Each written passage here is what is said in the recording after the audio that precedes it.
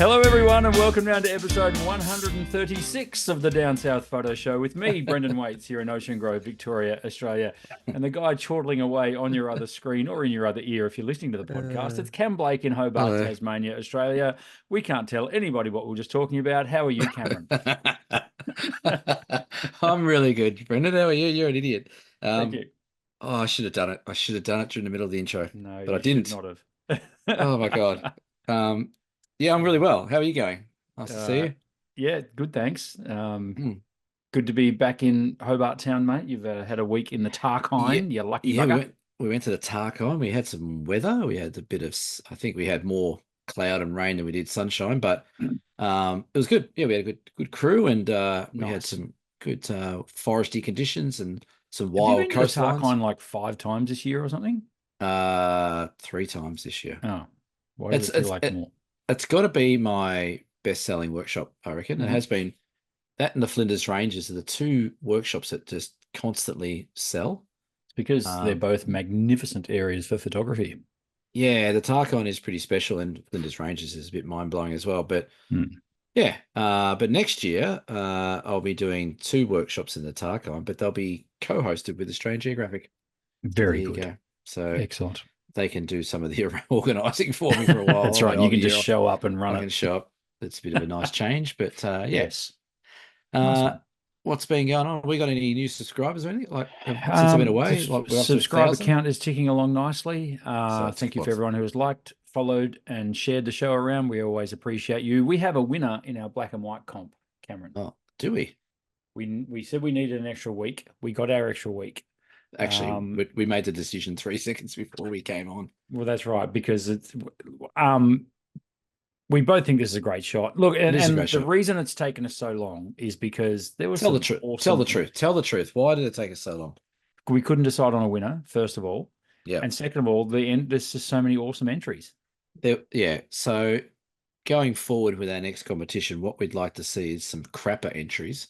That's right. Just to make our job a bit easier, if that's okay. So for September, it's entered the worst photo you've ever taken. Worst no, landscape. Don't do that. Don't do that. No, we'll get inundated with that. Imagine all the Canon shots that come through. Don't be like that. The winner of the black and white comp is this photo on the screen right here. Ping. And it was taken by Steve Andrews. Yay. Steve. We need sound effects. It's been that long that neither Cameron nor I can remember who sends him a prize, but we'll sort something out.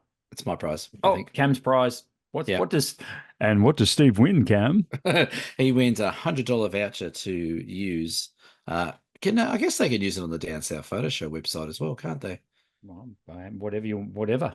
$100. We'll get in touch with Stephen or Steve. Steve will get in touch with us. We'll put up something on the Facebook page announcing the winner. Yes. I don't know where Steve is from. We don't know where that photo was taken. But it is a photo for those playing at home of the man, I think he's fishing on the coast with all the pelicans flying around and got some beautiful light. It's a real nice scene. Let's guess where it's taken. Do we know? We don't know, do we? I don't know. My guess is Lake's Entrance. Oh, right. Okay. It looks Lake's Entrance-ish. I'm going to say it's in England. We don't get those pelicans in England. They're Australian pelicans. Did I call them pelicans or penguins before? I can't remember. I think you called them pelicans. Okay. Don't they get pelicans like that in England? Not that. They do get pelicans, but there's a yucky grey looking ones. Aussie pelicans are the bestest. Yucky grey. Sorry to all those people in England tuning in. I think I'm not an ornithologist. Hey, there's word of the day. What? Is that what bird? Really? Ornithologist, yeah. It's a bird person. Really? Anyway, I thought it was look at you Googling it. You don't believe me. Good God. A person who studies or is an expert in birds. Thank you very much. Now, so well done, Steve. Awesome. Well done. Yeah, next awesome. Week, we'll have the comp for the next month. So what we'll do, as we always do, is we'll put up our top 10 for the People's Choice on the Facebook page, and People's Choice will be decided by the end of September. And then we'll have an October comp. Why not? Look, that's perfect. That's exactly what we will do. That is exactly what we will do. Brilliant. Can I do shout outs before we do backgrounds, please? because I've got a few this week. Yeah, you do. You are becoming a celebrity in your own If you camera come shop. into Ocean Grove Camera and Photo, mention that you've seen us on the podcast, you get a shout out on the podcast. So hello to Susan and Hayden. Cameron, you know Susan. Northover. Correct. And And Hayden. Hayden is her husband. So both Susan and Hayden are coming on our one-day workshops in January down here on the beautiful Bellarine. Yes, they are. I saw a order come through for that. I don't know why they booked themselves on the same one. Anyway, you do one on Friday and one on Saturday, surely. But anyway, surely, that's fun. Yes. But so g'day to you. Yep. Hello to David, who is a new listener. He is from the UK. He now lives on the Bellarine Peninsula here. Cool. And he has a business called Rapt TV, RAPT TV. He is a videographer, Cameron, cool. Who does stock footage for Getty and these big companies that do stock footage. Nice. Lovely man, David. Really enjoyed your company, David, and we will catch up for that pint at some point. And last but not least, Christian. Christian is studying at RMIT. Christian's a young bloke who is keen on his photography and interviewed me yesterday for his RMIT projects. They had to interview a working photographer, so he chose me. So, and that was awesome. I really enjoyed our time, Christian. So hello to you. I promised a shout out. There it is. This is just becoming the Brendan Waits photo show. This is unreal. Just this little bit. This little bit. Wow. Well, if anyone wants to come into Hobart, into my address, into my office here and say g'day, yeah, I'll give you a free book. There you go. I'm not you just got to find him. It's like a Where's Wally? Where's Waldo? We're not giving out his address on air, but you just got to find him. No. You can probably look it up anywhere, but it's Yeah. Awesome. That's cool. So you had at least 4 people in your shop this week. Yes, but that's right. Didn't make any money. But yeah, that's right. Yeah. That's all. Oh, very good. Backgrounds. Let's start with yours. Okay, because I got my special remote control. You got your hider. All right. So no real genius guesses there as to where that might be, but that is part of the Tarkine Wilderness up in beautiful northwest Tasmania. This is at a place called Sarah Ann Rocks, which I don't know how many times I've been there, but every time I go there, I come back with different photos. It is just a beautiful region of a couple of kilometers of coastline that just continues to offer up these incredible, jagged, rugged, amazing scenes. We had some really nice snippets of light come through in the late afternoon while we were there, and it just worked really well. We had some big waves crashing in, but this is shooting sort of southwestish from one of the high points, and that sun's coming in from the right-hand side to light up all those beautiful rocks. Just over the back of that's the roaring sea and the ocean, which again was making some cool shots as well. But yeah, it's a really good spot, the Tarkine. We never get sick of it. Just incredible. It was so rough when we were there that when we went to Sharon, who's a good listener of the show, Sharon's come on a few workshops. She was around the back of those rocks where it was. And as we went over there to go collect it towards the end of the day, make sure she hadn't been swept away to South Africa, we could feel the waves through the ground crashing. Wow. In the rocks. It was full on. Yep. And and because there's a couple of layers of rocks before it hits the coast, so it breaks all the waves up. But there was huge waves out there. It was just incredible to sit and watch. So it was very cool. If you're keen on going to the Tarkine, next year we're doing it with the help of Aus Geo, which will be May and September. So you can jump on my website or you can jump on the Aus Geo website and book through them. But if you come along, it's an incredible place. Awesome. It is an incredible place. I had the pleasure of doing our trip with you there earlier this year, and I'd never been there before, and it was simply stunning. And I'm itchy to get back there at some point, which I will. Yeah. I think I'm going to Tasmania 4 times next year. Yep. Struth. Sounds about right. That's about as many times as I'll be here. That's right. Why did your background change all of a sudden? I changed my background because I want to. This is leading to the first topic of what I got up to today. So, avid followers of the show, and this is a bit of a reference, and we'll see if anyone picks up.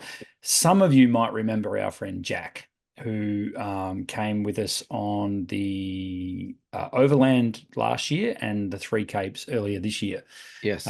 Jack's an Ocean Grove local. We're mates. We've known each other for a bloody long time. Anyway, as it turns out, Jack's dad is a sheepdog trial expert and won many awards throughout his life running sheepdogs. So today and this whole week, the Australian titles are in Geelong.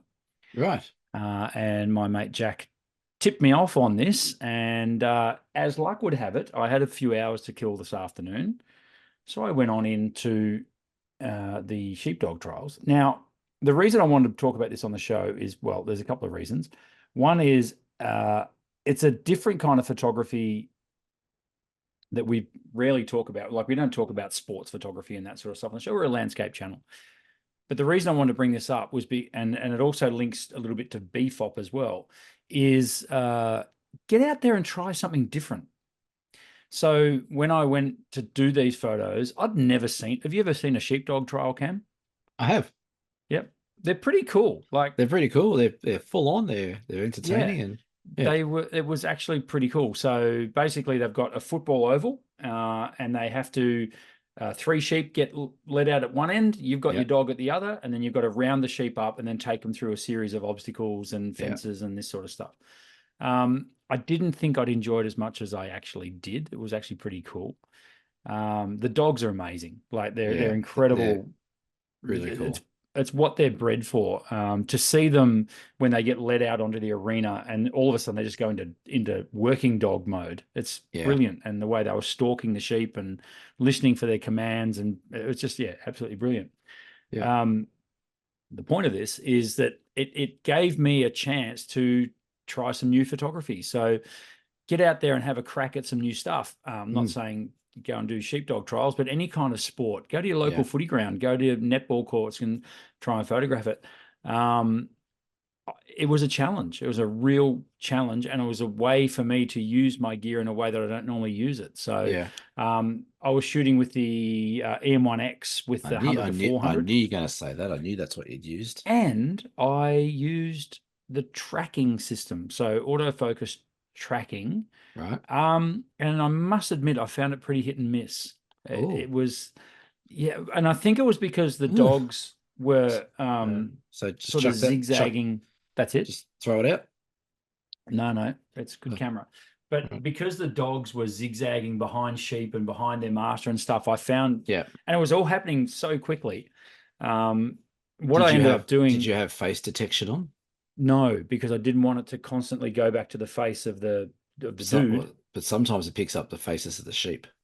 Right. Well, I didn't want that either, because the star of the show is this guy, is the dog. Yeah. So I wanted to be able to get the shots with the dog, and the dog's sort of zigzagging across the field and stuff. Yeah. It took me a good probably 3 or 4. So each, for want of a better word, contestant is on the field for about 10, 15 minutes. Yeah. So it took me until I got to about the 3rd or 4th one before I started getting shots that I was happy with.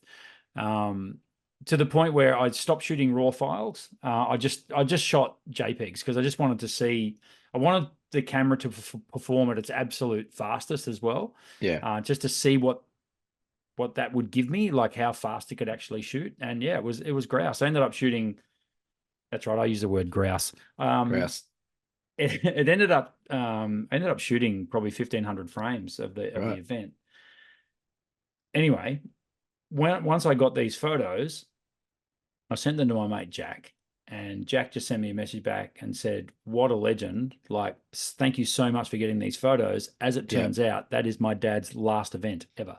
Right, and that'd be his dad, because that looks a spitting image of Jack. That's Dave. Dave right there. Right. So this is Dave's last event. Right, and you captured it.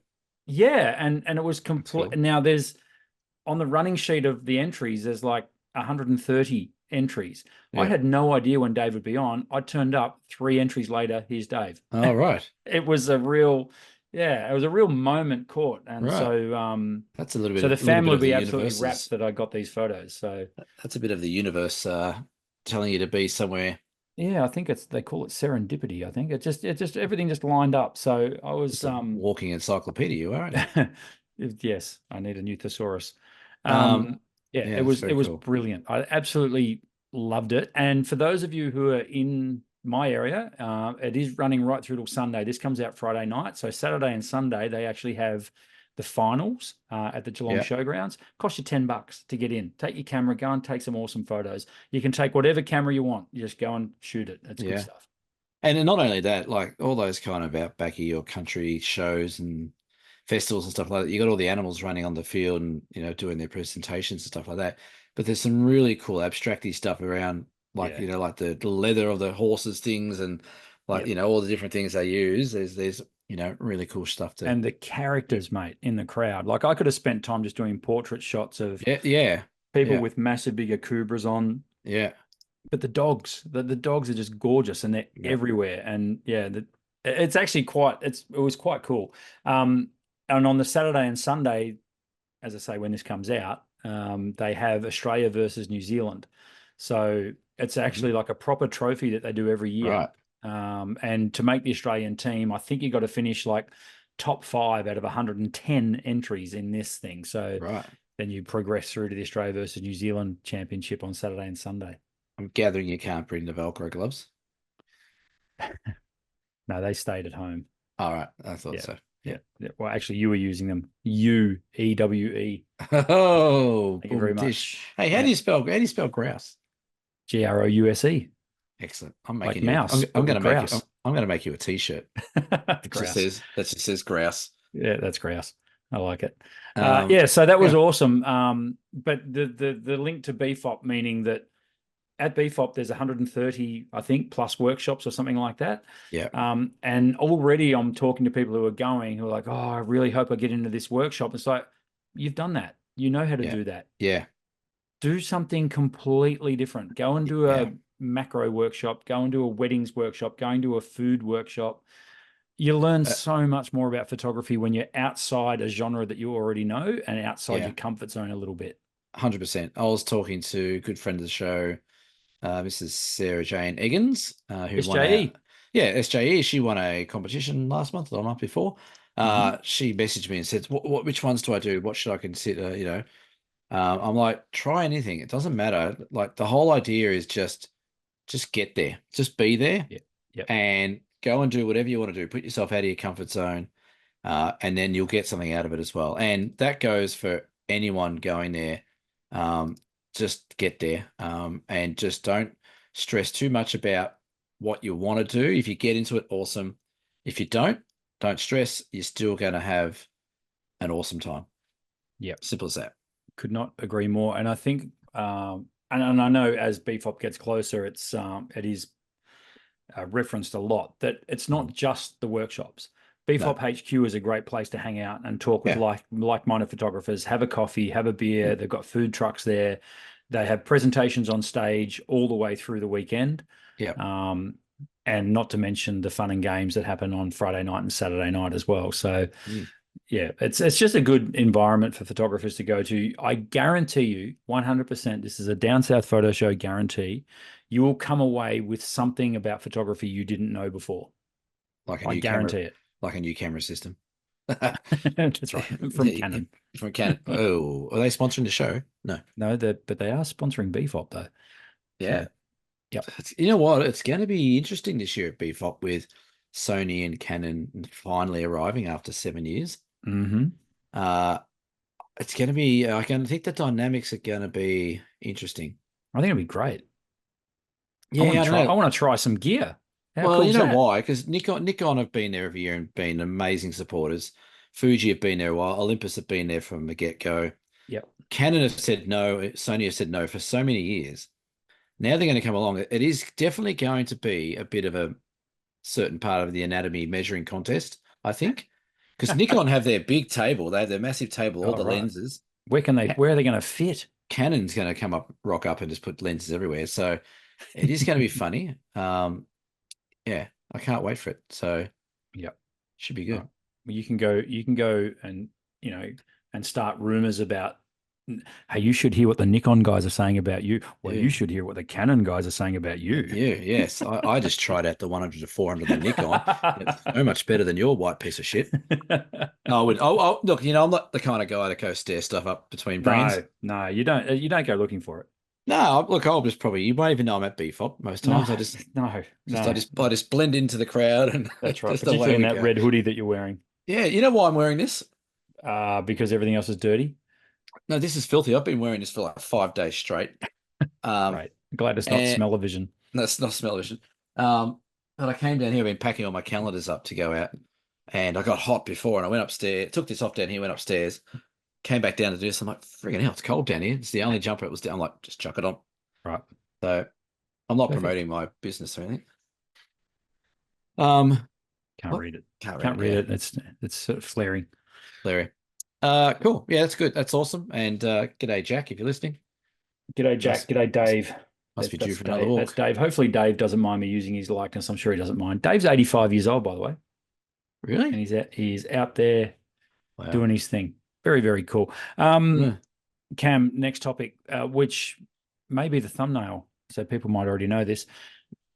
Are people now starting to see the light and go to a crop censored camera over a full frame camera? This is becoming a more common question I have on workshops, says Cameron. Why am I reading Yes. your question? I don't know. I don't know. I don't know. I thought you were going to take ownership of it and also say, oh, No. that's it. So you have people on your workshops I've noticed a bit of a talking I've more noticed a bit about of a crop trend. sensors. Yeah, a lot of people asking about crop sensors, and I think this is on the back of improved noise reduction and sharpening and all the AI kind of stuff that's coming in. I think there's a swing out there that people are starting to move away from the idea that full frame is better because it's full frame. There's all the throwaways. Oh, smaller sensors have noise. They're not great with this. They're not great with that. I think it's becoming less of an issue for people. Combine that with the size of these full frame and full frame cameras, even though they're mirrorless. I think people are still seeing that the lenses have got to be quite big to fill that sensor and things like that. So we had a few interesting conversations up in the Tarkine and a couple other workshops as well, where people have they've gone and bought their Z series Nikons and they've gone and bought their Canon R series or whatever it might be, and within a couple of days they're contemplating changing, being on the workshop. So shout out Well, to Ed, who was just on our Tarkine workshop. He's got a yep. Z7, I think it was. Mhm. And he's now looking at maybe getting an OM as a travel camera, just something a bit smaller. Mm. Even though he's using mirrorless Nikon, he still wants something a bit smaller and lighter, and having a chat about the quality of it all, and talking about those things I just mentioned, noise and sharpness and stuff like that. I think it's changing. It's kind of interesting as well that Canon and Nikon have both stuck with a crop censored version of these mirrorless cameras as well. So, Yeah, and forgive me, I can't remember the name of the models. I want to say like an R in Canon, it's like a it's an R. R7. Yeah, I think it's an R7, and in Nikon, it's like an Z30 or something like that, yeah, where they yeah. have, for all intent and purposes, it looks like the full frame equivalent, but it's actually not. It's a crop censored It's a crop camera, which sensor. That's right. gives them the 1.6 times reach on a lens. I Yeah, mean, and we all know that Olympus OM system give us a 2 times reach, which can be definitely beneficial, not like technically not so much for landscape, but yeah, definitely today when I was doing the sheepdog stuff. So on the EM1X, mm, 100 to 400, right, which yeah, is effectively a 200 to 800. yeah, yeah, Then I put on the 2 times teleconverter, yeah. and I had a 1600 millimeter lens. So you were poking the eyes out of the sheep. Yeah, well, it was great. I got some really cool close-up stuff of the dogs at work. Yeah, By the way, I literally got home like an hour ago and haven't had a chance to even look at any photos. This was edited on my phone, just so I right. could flick Jacko an image and show him. But having that kind of versatility at the long end Yeah, is brilliant. yeah, I yeah, think. yeah. I think like I think that crop factor does help, and I think size and stuff does help as well. So I've just noticed, like I said, a bit of a trend coming up in the last sort of few months that people are actually now thinking, well, maybe I don't need all this full frame stuff. Like it's great, but I thought when I went full frame mirrorless, I was going to have a smaller, lighter system, but I don't.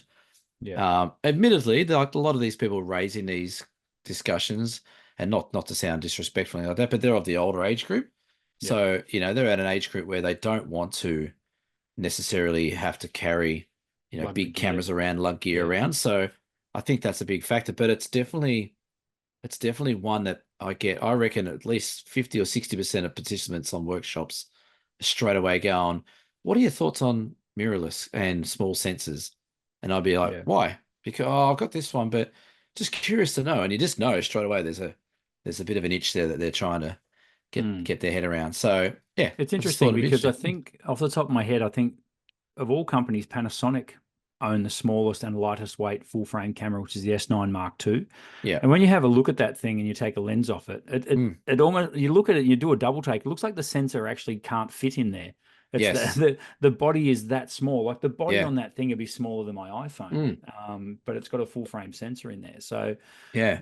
it's an interesting topic because yeah, we're sold on the virtues of full frame and how good it Yep. is, and yep, we say this all the time. It does have advantages in terms of resolution, etc. However, with the advent of AI sharpening, with the advent of noise reduction, and all this sort of stuff, yeah, it's getting harder. The lines are getting less and less blurred. Like you're starting to see them getting That's closer and closer together. Yeah, it's getting close to that whole thing, it definitely and is.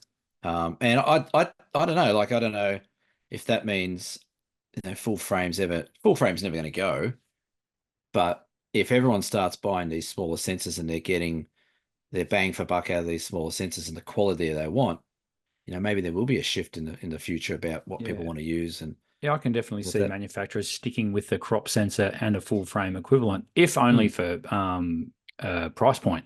yeah, Keeping I said this a few, maybe a month or so ago on the show. I would love to see the re-release of the twin lens kit that we were doing yeah, 10 years ago yeah, with your Nikon D5600, with your Canon 800D, 750D. Were fantastic because they yeah, gave people so much versatility over just two lenses, yep, nice, simple little kit to be able to carry yep, around and get 100%. great results Yeah. at It's $1,000 or less. Yeah, this is the thing. I think again, I think it ties in with maybe um, why people are questioning this full frame versus smaller sensor. It's also the cost of things. Hmm. If you want to upgrade or go small, it's $4,000 or $5,000 for a camera now, body plus lenses. Where some of the mirrorless ones that have got the smaller sensors are a fraction of that price. They're 30-40% cheaper. So I think people are starting to weigh up, like you said, the lines are getting close. They're starting to weigh up that pros and cons.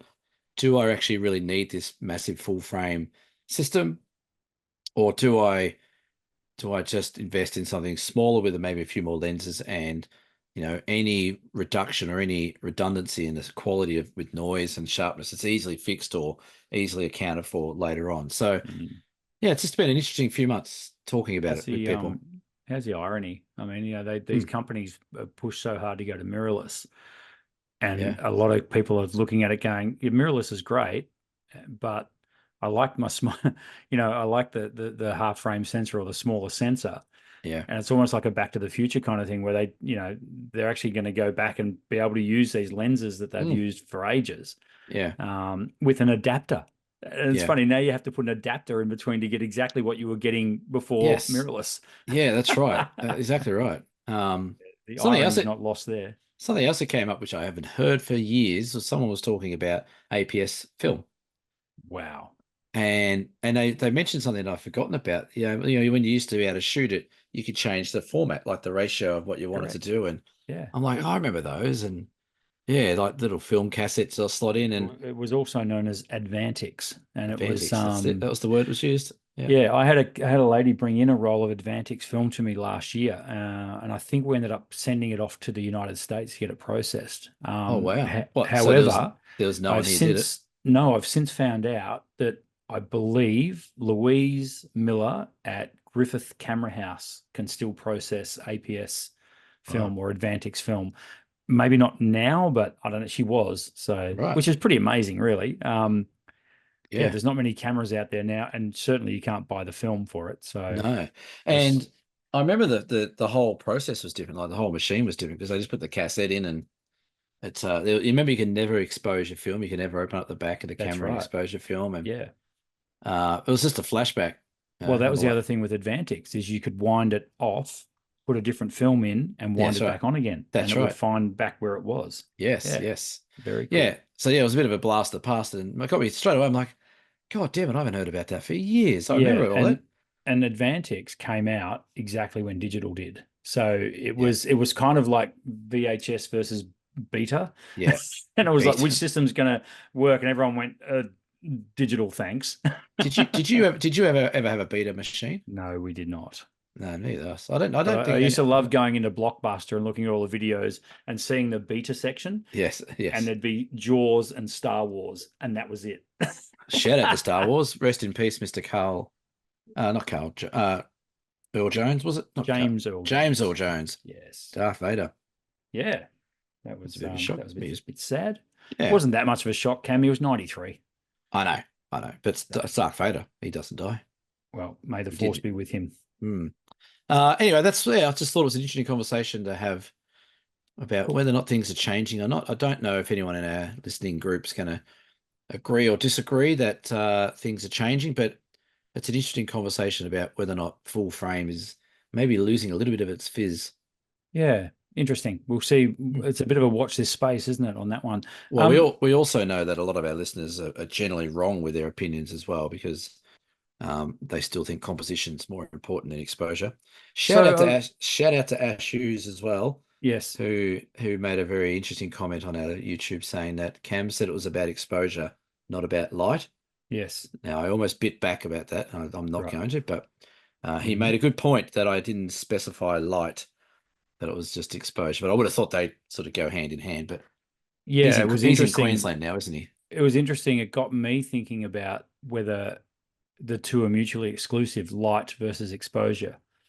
I mean, are you arguing that light's more important, or are you arguing that exposure is more important? Let's not go down this rabbit hole now. Let's do this Well, another that's time. that, I'm over that argument. yeah. Well, that's right. We can all be wrong, and unfortunately, 90% of the people were. So that's okay. um, I think we did touch. I made a confession last week that I rarely use a histogram, which of course led me to start looking using into the them. histogram. Not using it so much, but looking into them. This is going to be another poll, isn't it? No, Okay, it's not. cool. Okay. It's a genuine question that I had a quick Google for and don't know if I got a definitive answer. You can So a ask question me. without notice. Yeah, here we go. Awesome. Your histogram, Yes. is it a representation of the RAW file or the JPEG? I believe it is an output of the JPEG. Of the JPEG. Okay. I believe, yes. Okay. So therefore, is it accurate? Well, therefore, it is in the realm of, this is a very much question without notice. Yes. My understanding would be that in the realm of what it's representing, it is accurate, because the raw file will have a little bit more room Yes. in its dynamic range that it's representing. Which is my point. Like, Yeah, the raw file should have more flexibility, more scope. So yes. And I think I know why you can't generate a raw file, a histogram from a raw file, because the image hasn't passed through the image processor yet. So That's right. I kind of understand why they show you a histogram based on the JPEG. Now, the other thing is, this brings up another question, and we've talked about so you can set your camera to basically flash red or put marching ants around an area that's clipped. Yes. So is that showing you the JPEG or the raw file? Again, I think everything's related to the JPEG. The JPEG, yeah. So it's an interesting one though, isn't it? Like, because you look at it and you go, well, I'm relying on that, but the raw file might be okay. Yes, but the raw file would be always better than the JPEG. Yes. In regards to that. So if you have a JPEG file that is right on clipping a highlight, then the raw file, it most likely won't be clipping that highlight. So you've got more, like I said, more scope and more range in there. Let's throw the gauntlet down to these camera manufacturers and give us a raw histogram. Surely it can be done. I don't know. Why is it not done? There must be a reason for why. And it's probably... But you see my point, right? Because there'll be photographers out there who listen to this show. They're looking at it going, okay, my histogram is peaking here. Yeah, it's hard left or whatever. It's blown highlights or it's blown shadows, whatever. Yeah. So you give up on an image, but not necessarily. Yeah. So it's a bit ambiguous, isn't it? Yeah, it is. I think that the reason why the raw file is not used is I think is because it is purely raw. It doesn't have it doesn't have all the things applied to it. Like you said, Yeah, it's not it a hasn't been process. through the image processor yet. Hasn't It's your been through digital any. negative. Yeah. That's right. So I think if they were to show you the raw histogram, then I guess, but the raw histogram is what you see through your editing. Yeah, that's right. Yeah. That's right. And Yeah. that's what made me bring this up, because I Mm. was editing the other day Yeah. and I was in Adobe Camera Raw. And then of course you got the histogram up in the top right, and Yeah. you can Yeah. set it to an RGB histogram as well as just a highlights Instagram. Thank you very much. Yeah. Histogram. Yeah. And then, yeah, that prompted the question. I was like, well, hang Mm. on, what am I seeing on my camera? Yeah. Now, I would have thought that these very clever manufacturers should be able to come up with maybe even a different kind of visual representation in a graphical format. So rather than like Mm. the classic histogram with peaks and troughs, there could be a different way to represent that, in the raw file. That's an overlay, and you can turn it off and on and say, right, this is the raw, this is the JPEG. It'd But be that would be what interesting. what would be the benefit of having that histogram for the So raw? that you can see the scope that you've still got to. So it'll say in your JPEG this is going to be lost, but in the Yeah. raw file it's not. So you know not to give up on a frame. And I understand that the image Mm. on the back of your screen can only do so much. So having, another, like a histogram, Yeah. having another option where you can actually check the raw data Yeah. before, like, while you're in the field. Mm. Yeah, I guess so. Am I making any sense, Yeah, Cameron? you're making sense. I'm just trying to think in my head what the benefit. Like if you look at the histogram as it is now, and you go, oh, I'm sort of blowing those highlights, Yeah. or losing those shadows or whatever. You make that adjustment accordingly to try and to manage Yeah. that. Yeah. The raw file is only going to be better than that. You Yeah. know what I mean? Like I guess it's the JPEG histogram is this is the bare minimum that you need to get Yes. for Okay. that. That's the Yeah. parameters you're working in. If you can get it within that, then you've got a lot more to play with. But yeah, it's an interesting one. I was just That's a good trying to way to find look at some. it. Well, I guess the question I'm asking is, how wide are those margins for error? You know what I mean? And I Yeah, want to know if I'm playing in those margins or if I'm beyond those margins for my raw yeah. file. But So anyway, we might research that a little more.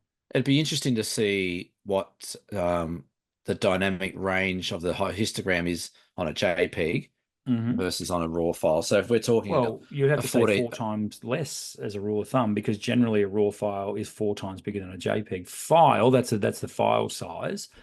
well, So if you said that though, if you had a 14 stop dynamic range camera, yes. and the JPEG was showing you that, it's not going to be a 52 stop dynamic range on the raw file. No, I would say it goes the other way. When cameras talk about having 14 stops of dynamic range, they're talking about the raw file, Yeah, not the but JPEG. So okay, we'll flip it the other yeah, way. yeah. If it was 16 stops, just to make our maths nice and easy, the JPEG Yeah, will be 4. So but the JPEG's certainly not showing 4 stops. yeah, that's right. Yeah, it'd be So interesting to I have a would bit I would further into say it. it's probably a stop either way. Be See, my guess. folks, we're all learning all the time. Yeah, But if you photography if is a behemoth, guys. You just got to look, start scratching the surface, and you just get lost in it. I'm sure there is listeners who will know the answer, and they will be quite happy to post it in a comment. Yes, that would be great. Yeah, Go for it. Um, I just want to talk quickly photography news, then we'll get onto a dear cam. cool. Photography news. Very good. Yep. Interestingly enough, it came across my desk during the week, and it's been news for a little while and rumored for a little while, but apparently it's coming into fruition. Hang on a sec. You don't have a desk. We have a new player in the camera market. So this is really going to throw the cat amongst the pigeons, and it's our good friends over at DJI. Oh, Looks like they are going to release a mirrorless camera, possibly as early as this month. So if you believe the internet, because everything you read on the internet is true, isn't that right, Cameron? yeah, absolutely. Totally true. Absolutely everything. So Hmm. now DJI, they have China money. They have all the money in the world, and Yeah. it'll be fascinating. They've obviously looked at it and said, we can do stuff here. And when you look at the technology that they have with their drones, the Mm. photography and the videography technology they have with their drones, it appears, and this all needs to be proven and we'll wait and see, it appears that they're going to have a much more sort of graphical user interface rather than menus. It's going to be touch screen, push a button because I want to change this, push a button because I want to change that. Much like their drones do. Yeah. Like icons. So like apps on the back of your, which is great. Right. I was listening to another podcast, another Australian photography podcast a couple of days ago. And they were, and it's not the one you're thinking of. And they were Pause. bemoaning. Who are you talking to? Who are you listening to? I was listening to Shutters Inc., which is Glenn Lavender's and Bruce, can't remember his surname, listening to their podcast. And they made a very valid point. I think it was Lavender. He said, so he's gone to Sony. He's now shooting Sony. Is he just? Newsflash. And he said he went through the menu system and he said, just for image settings, there's 7 pages of menus. He said it's ridiculous, and he wants to get rid of all that. So to my point, it's going to be very, very interesting to see what DJI do, because they are known for user friendliness and known for keeping it pretty simple and straightforward. So I say bring it on, because it always, competition's healthy. But do we need another brand in the business? It'll probably mean the end of a couple of others. So it'll be very, very interesting to see what happens in that space. So when's that meant to happen? You reckon this month or next month? The rumor is it could be as early as this month, September. So that they make an announcement or even release a camera. I have a couple of insiders not at DJI, but at the Australian DJI distributor. So I can, I'll certainly give you the heads up, Mr. Blake, about that. Are you a Chinese spy? Yes. Yes, I am. 136 episodes. You've got it out of me. Yep. Finally. I knew it. Right. I knew it. Because I guess, well, they with their drones, they used to be able to put your Olympus Micro Four Thirds sensor. Correct. And I think they've done other things where you can put Leica lenses on things as well, I believe, I think. So, they've already got part of the technology there. So, they've got all of it, really. What's the big kicker here is last year DJI bought Hasselblad.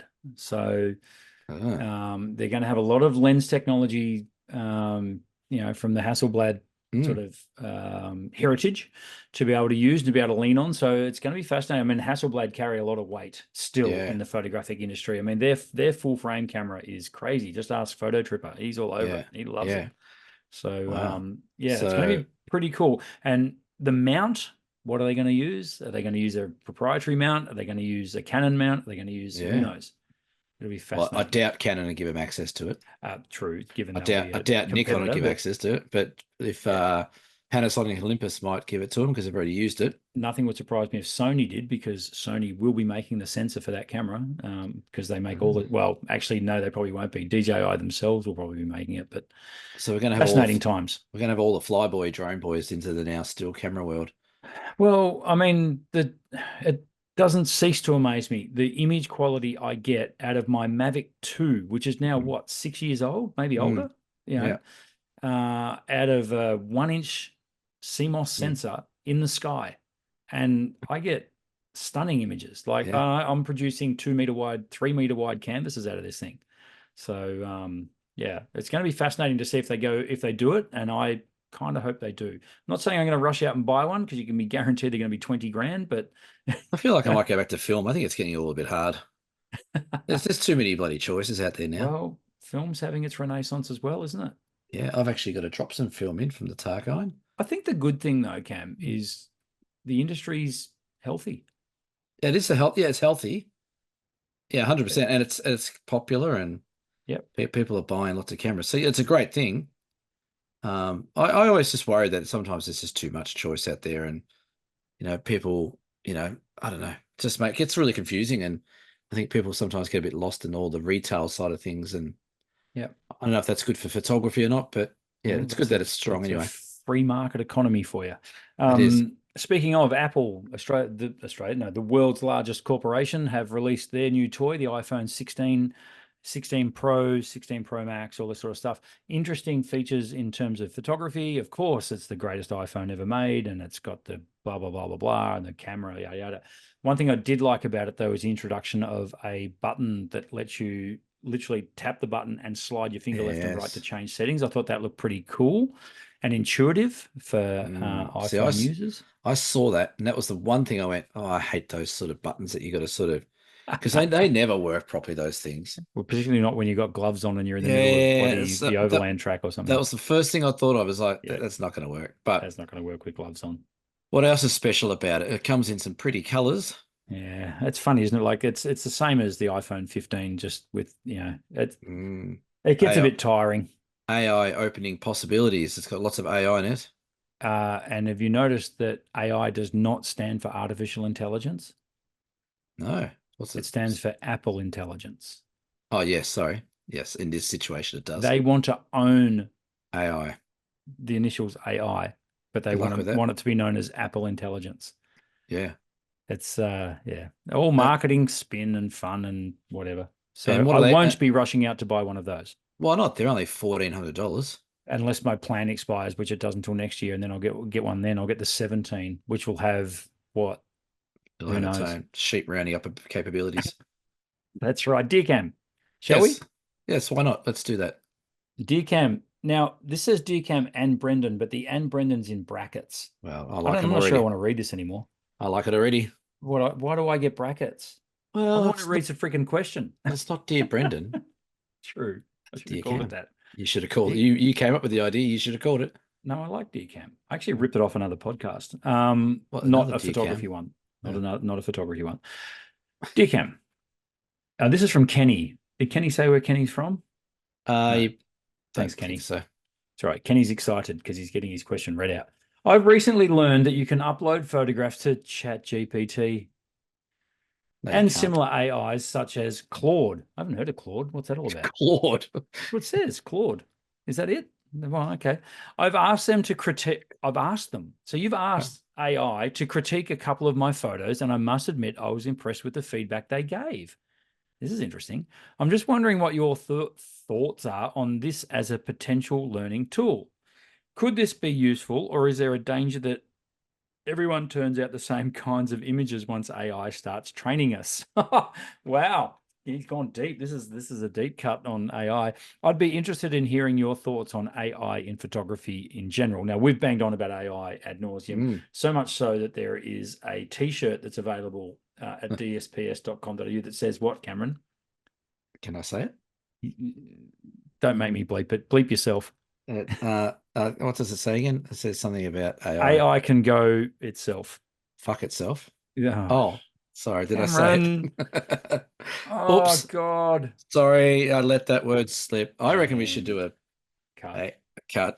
I'm going to do that as Yes. well. So, That's fine. yeah, it says AI can go fuck itself. So Oh, don't do it again. Stop it. I'll stop it. make you edit this if you keep doing that. All right, back to the dear Cam question. Upload a photo to GP chat. I don't know. I think. By the way, all the best and love the show, Kenny. Oh, thanks, Kenny. Great question.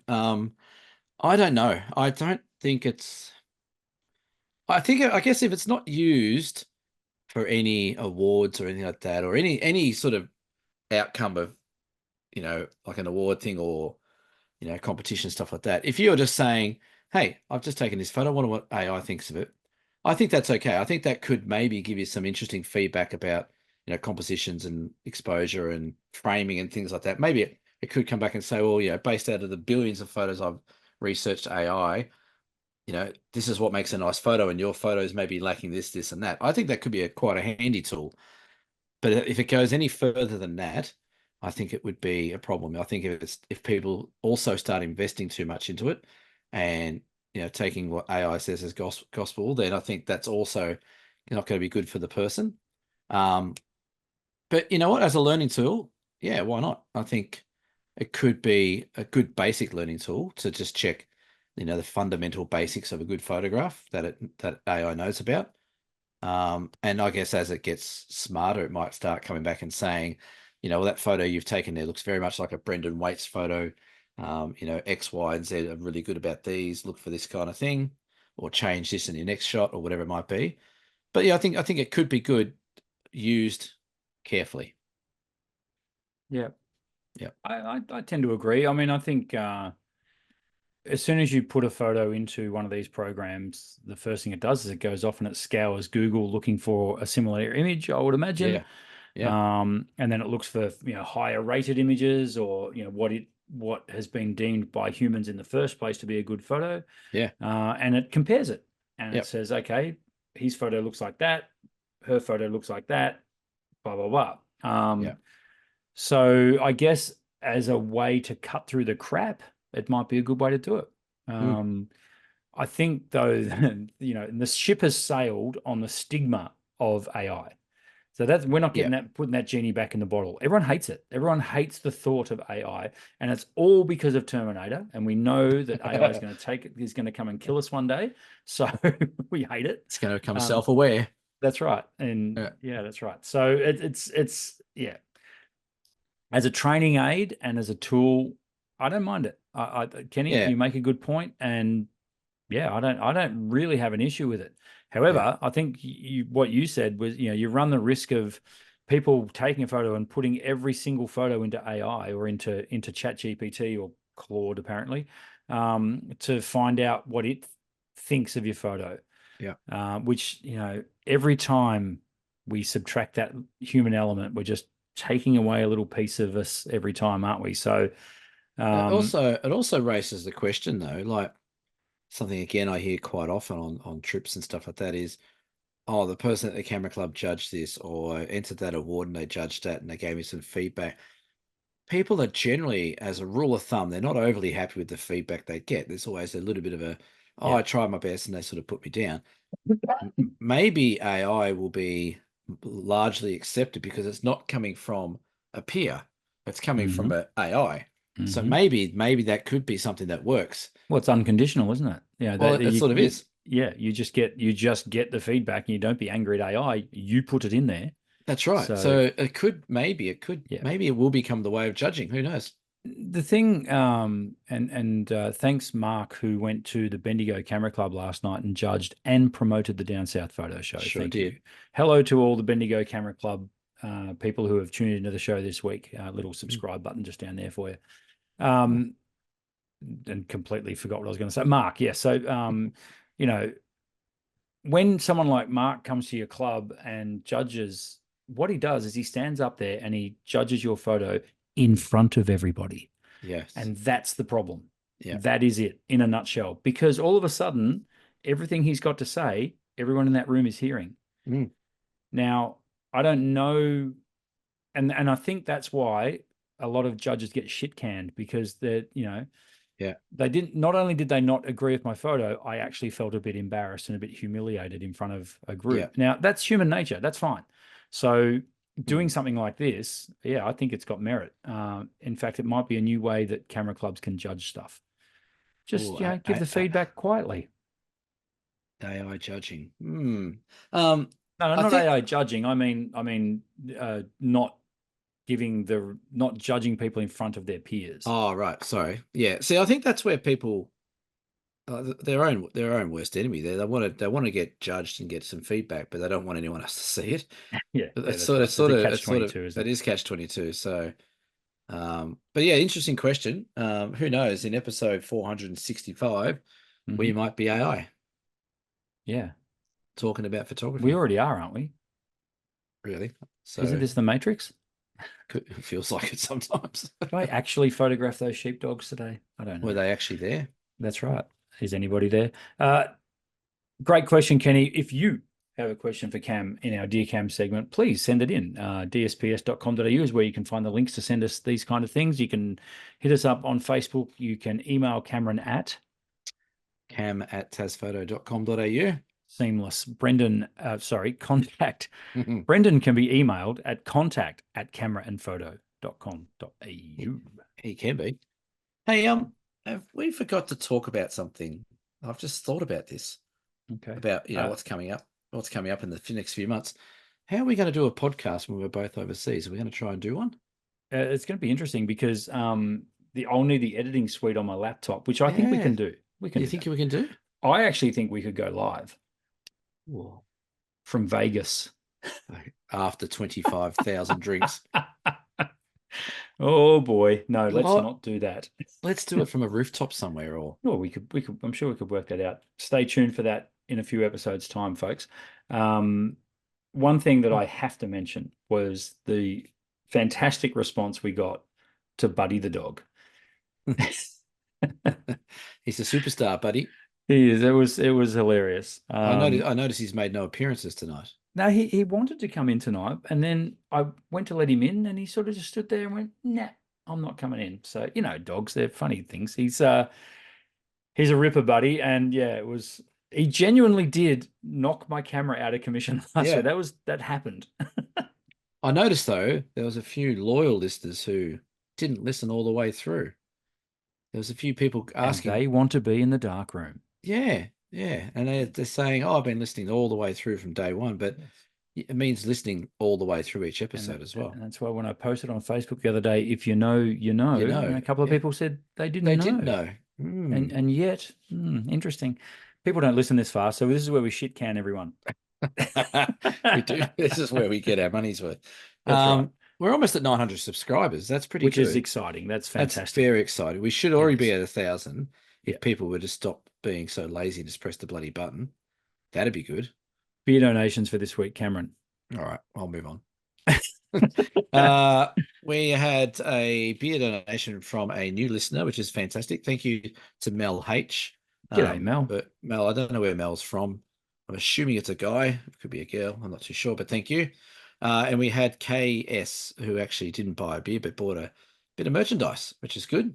Hey, the merch is flying off the shelves, Cam. This is 2 weeks in a row that we've sold merch. I don't know what's going on. I don't know. I love it. Fantastic. I don't know. Is there something going on that we don't know about that people are buying And merch about? Or as I say every other week, when you buy us a beer or you buy merch, it does support the channel. So thank you so much for your lovely donation to help keep the Down South Photo Show afloat. Yeah, and that's keep us hydrated. Yeah, that's good. So so they were the two donations this week. Very good. Thank you. Now let's look into the crystal ball, Cameron. What have you got coming up?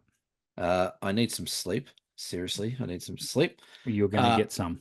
Going to get some, and then I am flying on a big bird to the other side, as far away from Tasmania as you can possibly think. Pretty much. If you drill through the earth from Tasmania, you come out in Scotland, don't you? I think you do. It's a long way away, but yeah, I've got off to Scotland. And when this comes out Friday, I'll be going next weekend after that. So okay, so we've got another show up our sleeve of you in yes. Australia. Australia, yeah. Australia. And then I'm going to go to Scotland. I am going to get us to 1,000 subs while we're in Scotland. Okay, deal. Man, I'm going to do it, guaranteed. Deal. You have yourself a deal. You need to print me off some Down South Photo Show 6x4 things that I can take with me. Okay, fine. And I'm going to go visit every camera shop in Edinburgh and Glasgow, in the world, and get punched. That's right. Who the hell are you? Who the hell are you? I'm from yeah, so I'll be over there, and yeah, that's what I'm doing. So yeah. What about you? Don't want to say a boring week coming up, but it's a business as usual week. School holidays are around the corner, so I've got to get a few things done before school holidays arrive and the population of Ocean Grove explodes. Doing up a few new canvas prints for the display in the shop. I discounted a few in the shop to get rid of them. Sorry, not to get rid of them. That sounds awful. It's like I'm orphaning my kids, but it was like to make room for some new stuff. For new and more incredible stock. I'm going to put up the black and white shot I did of Gibson Steps, the two apostles at Gibson Steps. Quite excited by that. I actually had a gentleman who came in during the week who has a house at Princetown, which is basically like a kilometre further on from there. So, and he absolutely loved that photo. And I said, well, come back in a week. It'll be on the wall on a canvas. So he's going to check it out. So do that sort of stuff. What else is coming up? Lots of, just keeping the plate spinning, Cam. You know how it is. Yes. Yep. Eventually they all fall over, don't they? I haven't lost a plate yet, but not this week anyway. Fun fact: the Earth's circumference in kilometers. How many is that? You reckon? What's this? 16,000. Nah, 40,000's around. Where did I get 16,000 from? I got no idea. Okay. So 40,075 kilometers is a lap of the Earth around the middle. Okay. What do you think it is, Tasmania to Scotland? Exactly half that. Pretty close. Just under 18,000 kilometers. So you're going to be literally on the other side of the Earth. Yeah. That's cool. It is cool. What about to Utah? How many kilometers am I doing in the next couple of months? Jesus. You're going to rack up the Ks. Yeah, I'll tell you what. 13,690 from Tasmania to Utah. You need to get frequent flyer mileage, mate. You know what? I don't have anything set up for that. Because I fly like Jetstar, then I fly Virgin. Yeah, that's right. You don't stick on one airline. Yeah. No. Yeah, Well, you can't out of Tassie. No, that's right. So in 2 months, I'm doing close to 30,000 kilometers. That's Very good. That's a lot of distance. Right. Nice. Excellent. All right. Is that the show? That's it. That's the podcast. This has been episode 136 of the Down South Photo Show. Thank you for your company. We shall see you for episode 137 next week. I still need to do it. I need to do it at the start. I still need to do it now. Okay, bye for now. Bye-bye.